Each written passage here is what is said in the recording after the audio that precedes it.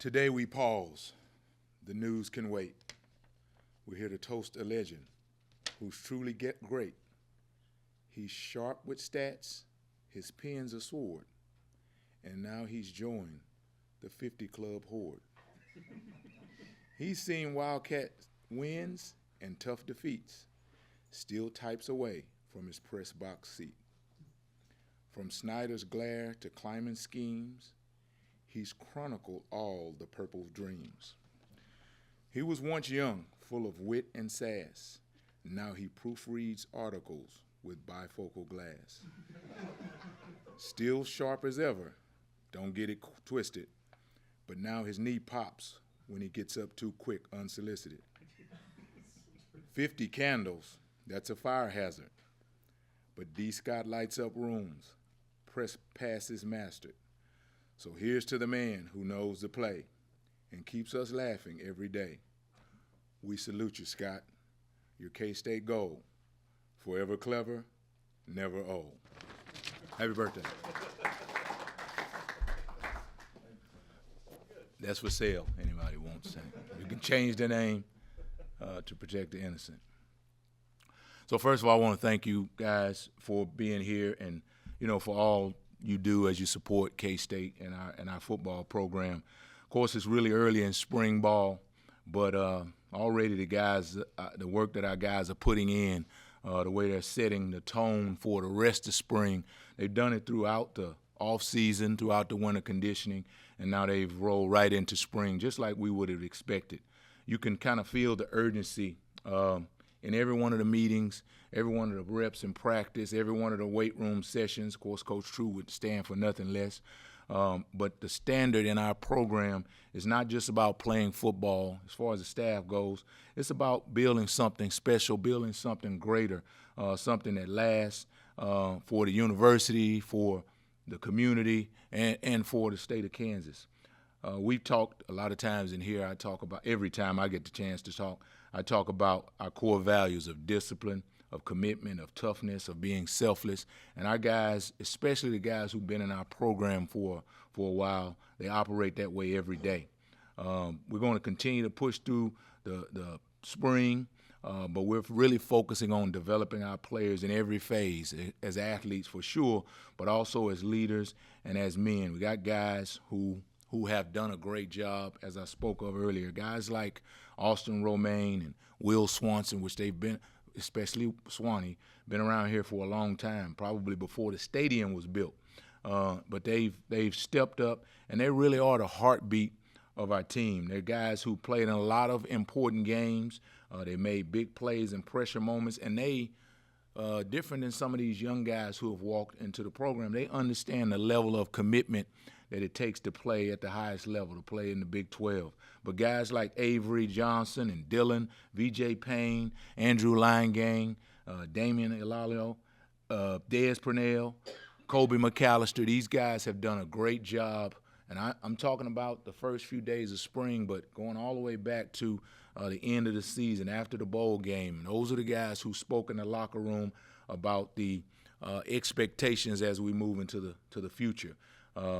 Their experience has really been invaluable, and I can think of days throughout the offseason where Damian and Taylor Portier would grab younger guys, take them in the weight room, and show them exactly how the warm-up should go, how they grab new guys when they come into the program, and they help them to understand the way we do things. And I think that is a really exhibition of how deep our culture is in our program. But then at the same time, you got guys like Darian Whitaker and Gunnar Maldonado who have walked in, and they're showing us that they're ready to be a part of this story, right? Because you say every team there's a different story. Well, these guys, as well as some of the new guys who might not be as young, they are showing us that they want to be a part of this story. They want their time to come now.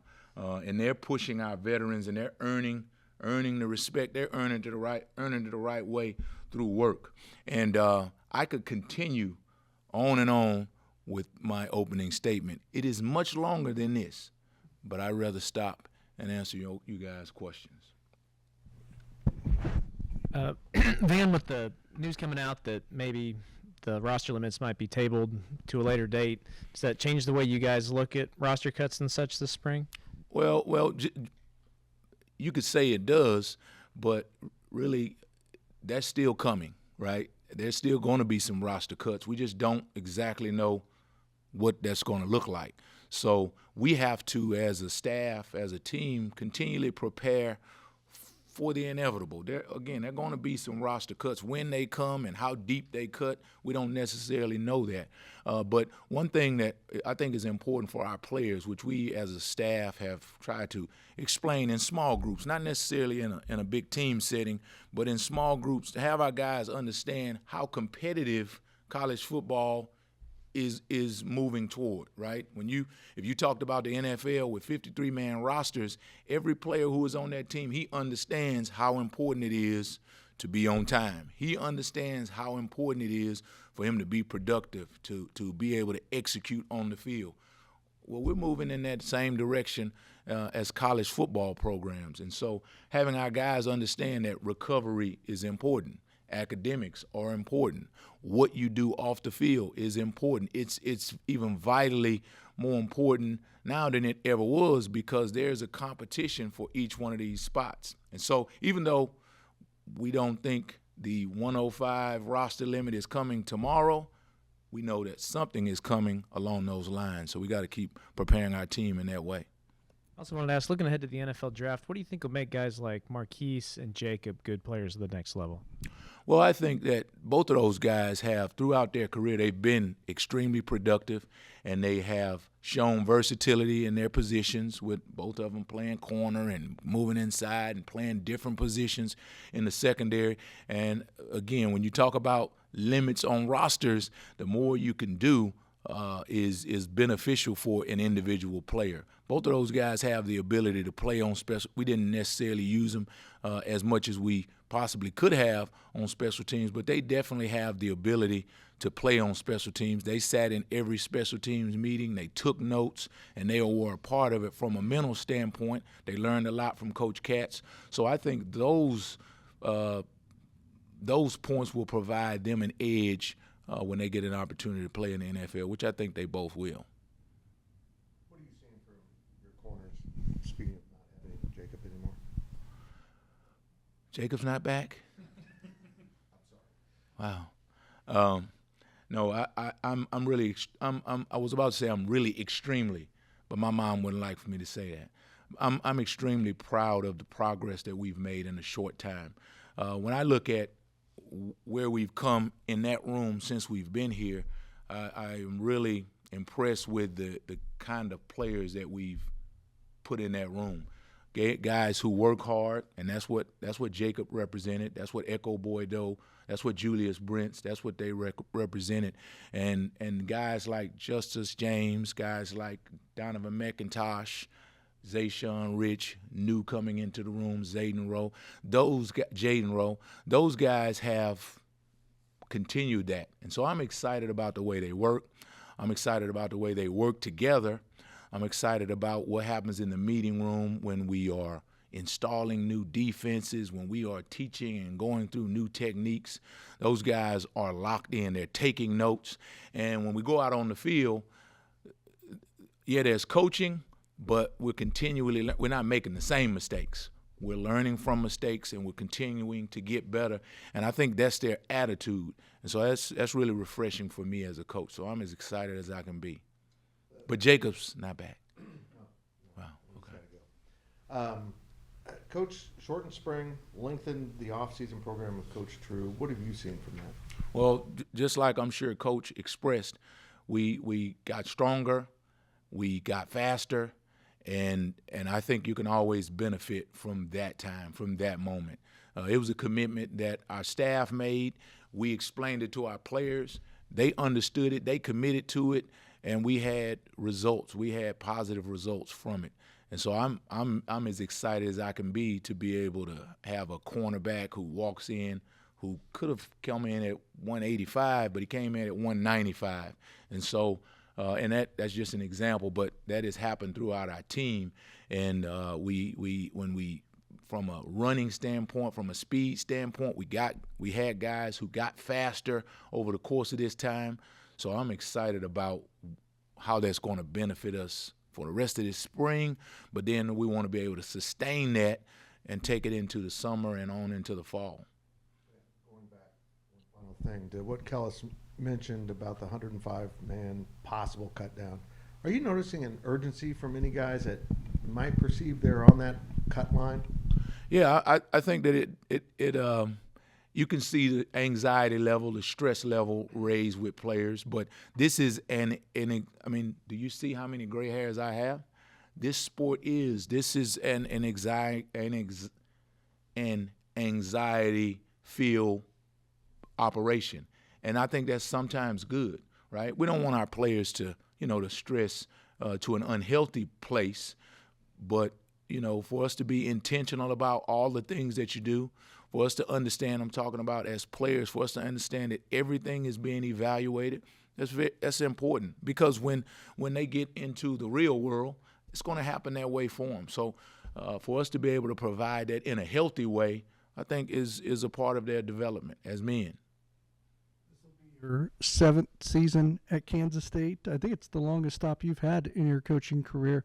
How would you reflect on it, and did you kind of anticipate going this way? So I think when you get to year 7, you're supposed to get like a rocking chair as a coach.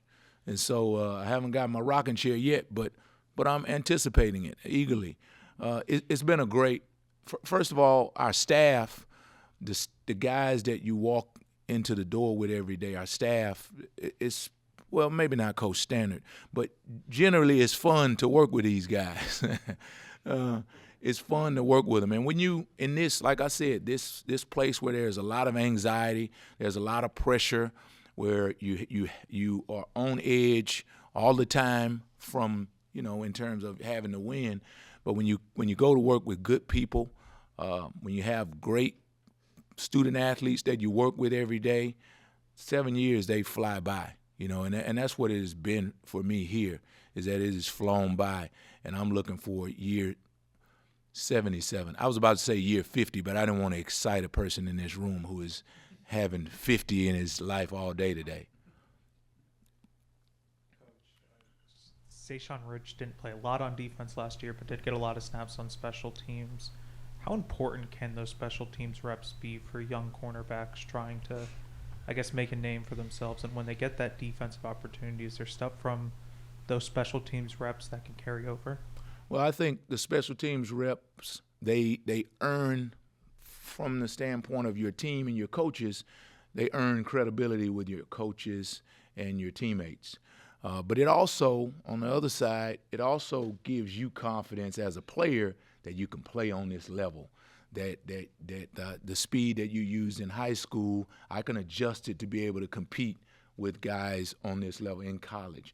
And Zayshawn didn't get a whole lot of opportunities. He just wasn't ready for as many. He got some, but he just wasn't ready for what he'll be ready for coming into this season. I thought that as he, of course, everybody saw what he did in the bowl game. He had a really good game, and if given the opportunity earlier, he probably would have done just as well. For me as a coach, it's always difficult, to know when they are ready, because one of Zayshawn's first plays in the game early in the season, he lined up 14 yards off, right? The nerves, right, just not knowing where you are. Well, sometimes that happens as a freshman. Well, when a coach sees that, oh, wait a minute, he's not ready. You pull him back, and as a coach, you're shell-shocked, right? Well, I continually I learn, sometimes you just got to throw them out there in the fire, and they're going to be just fine, right? And I never did that with Zayshawn, probably to my fault. But I think that to answer your question, I think those special teams plays, they gave him confidence. They continually give myself and our staff confidence. And that's not just the cornerback position, but any of those positions. Special teams allows you to go out and kind of find your way to make sure that, to give yourself that confidence that you can do it on this level. But it also gains the trust of your teammates and coaches as well. Obviously, when you guys play a lot of man coverage, it's really on the responsibility of the corners to not get beat and sort of keep stuff in front of them and keep the wide receiver, within their range. For younger corners in a league like the Big 12, what's the biggest thing that you want to see from them to make sure that they are able to play man coverage at a high level? Well, the fact is that whenever you play a lot of man coverage, you put yourself, cornerback, scheme, defense, you are it's one-on-one, right? And there's always the potential to lose a one-on-one battle. We work really hard not to lose those one-on-one battles, and when you chart them over the course of years, we've won more than we've lost. But the thing is when you lose one, the fact that you won 10, we just have short memories. In the stands, on the sidelines, and in the media, there's short memories because you're expected to win every single one. It's very difficult to do that. So we push really hard for our cornerbacks to have short memories. When you make a mistake, you must learn from the mistake because there's a reason, right? You don't suck and he's just great. That's not the reason. You did something along the way throughout that process, throughout that play, from a technical standpoint, from your alignment to your eyes. Something happened. Most of the times, we like to take full responsibility for it. We like to say that I did something wrong, that we can get corrected, and that you can learn from to be better on the next play. When I look at a young corner, the ability to be able to do that, the ability to be able to compete play after play, the ability to be able to learn and grow, those are the things that I look for that have nothing to do with their physical stature. I want to expand a little bit further on Coach True's pre-spring work with the guys, and even right after the bowl game with the guys working out. Like Taylor Portier came in, we could tell instantly with his body he was a changed guy, lost a lot of weight, was healthier. Anybody else that really stands out to you? Their body has changed. Maybe their athleticism is up at another level that has stood out the most to you? Well, actually, speaking of TP, I think I did the 50-year-old poem for him 3 weeks ago, right? But I think he's like the only person to play 24 years in college. But yes, he has continually been a guy who has locked into Coach True's sessions. And like we talked about, to make sure that we put ourselves in a position as a team that we focused in on more extensive strength and conditioning, that we push back the spring moment. Taylor Portier, from a strength level, his body changed, right? But then there are a lot of other guys did the same thing, and their speeds increased. My speed increased. I know it's hard to believe, but I got faster, right? I'm 100% locked in at a 5 flat in the 40, right? And that was a joke, right? But everybody got better over that time. And you speaking of TP, but he's always gotten better. He's always been focused on continuing to get better, and we could be no more happy for him. Justice was a guy at the end of the year that wasn't sure if he was going to get another year of college football. He had to wait for the waiver to be approved. Since he's come back, have you seen him kind of take advantage of getting that one last season and really tackle it? Yeah, I think Justice, we're excited to have him back as well. He's always been a guy who's worked hard. Of course, came early on. A lot of young players come to our program, and they might struggle with the way we do things, with the discipline that it takes to be successful. But now I would look at Justice as a guy who is in a leadership role, right, who's been around here and who's had some ups and downs, had some challenges. But just like you stated, he's excited about having an opportunity to continue to play on this level, and we're excited for him because he's played a lot of meaningful snaps. He's definitely been a special teams mainstay. And so I think as we go into that room, he's one of the guys who is a quiet leader in that room. And I think he'll continue to get better throughout this season. A handful of new faces on the wide receiver side of things. From your perspective, what's impressed you the most about this new group and how have they kind of handled things in practice? Well, I think, and I never say any nice things about wide receivers, and I really don't want to start now. But since you twisted my arm, Tibbs has been really impressive. He I kind of, when I walk out to practice, I watch those guys as they're doing pre-warm-up things, right? And he's always there doing it. And then post-practice, he's always a post-practice guy. He's always the guy who's up and down the halls trying to meet with coaches to give himself an opportunity to get better. I don't coach him, but I see him doing those little things. Same thing with JB. Been really impressed with really them as a group with their physicality on the line of scrimmage, because that's something that, from a cornerback standpoint, we are physical, man, in-your-face players. And so it's been a lot of really good competition. So we have Jaden Rowe outside, who is like 6'5" and 280 pounds, it seems like sometimes. And so to see him match up with those wide receivers and the physical battles that they go through throughout practice is pretty impressive. Coach Middleton and I have always talked about having receivers who can withstand that, because that's what happens in the Big 12, is that corners, they get in your face and they're going to be aggressive. And so I think we've fortified that room with guys who can run for sure, who can make plays with the ball in their hands, but who are physical on the line of scrimmage. That's been the most with the whole group. That's been the most impressive thing that I've seen.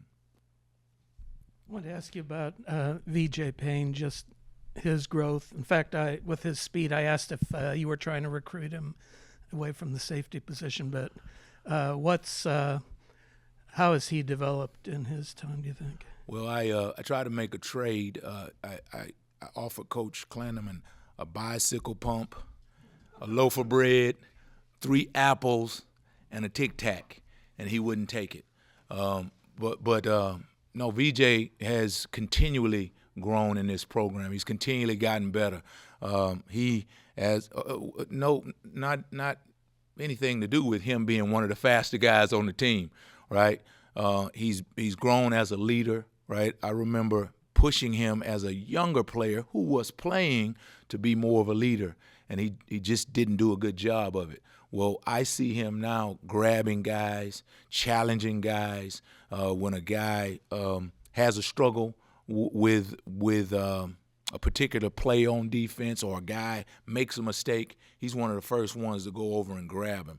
And so I think more so than him continually improving his game, he's done a good job of pouring into younger players and making the guys around him better, which I think that's a mark of really, the next level guy, is when I can make somebody else better, when I can take the next player's game to another level. Also, McIntosh was another one of the 23-mile-an-hour guys, I think. But how is his speed, do you think, helped make him? Well, Donnie's always been able to run, and so when he does things that concern speed, like, I don't give him a lot of credit, right? This is he and I. This is our personal deal. I don't give him a lot of credit for that. I look at how he works in the weight room. I look at how he's committed to gaining weight, how he's committed to continuing to work with Scott Troush to put himself in the best position from a nutrition standpoint. He did that. Yes, he's 23-mile-an-hour guy, but all those other things in terms of doing right academically, in terms of committing to gaining weight and working with Scott Troush, doing the recovery things, he's done that.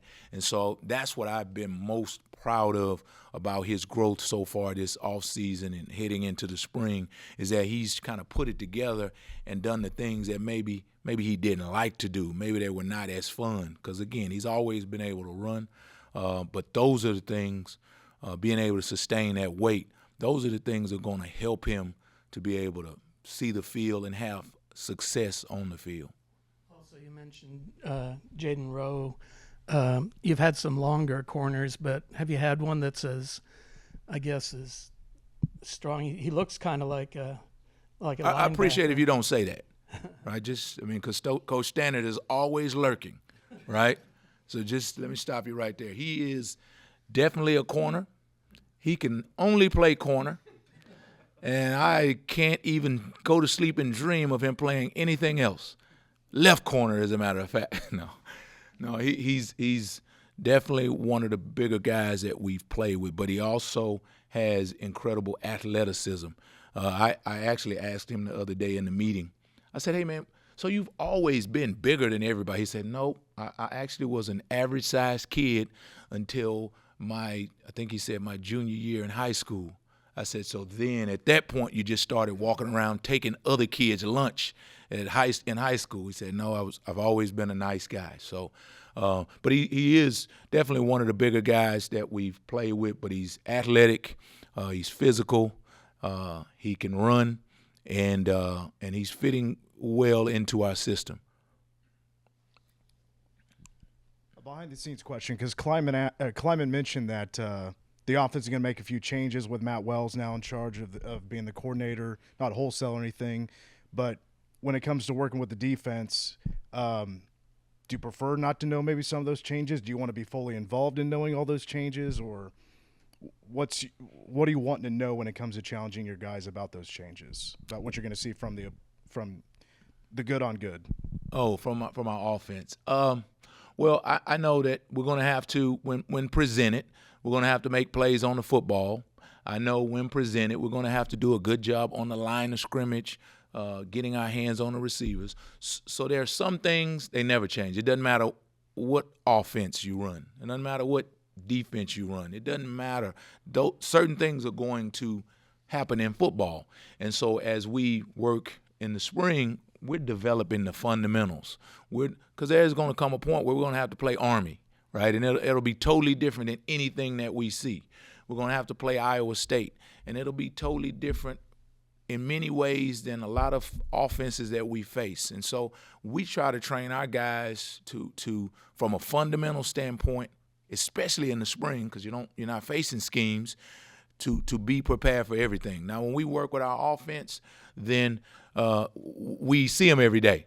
So from the standpoint of knowing what they look like when they release, from knowing what Avery looks like when he sets up to throw those are things that kind of are consistent, and I can't take that away from our players.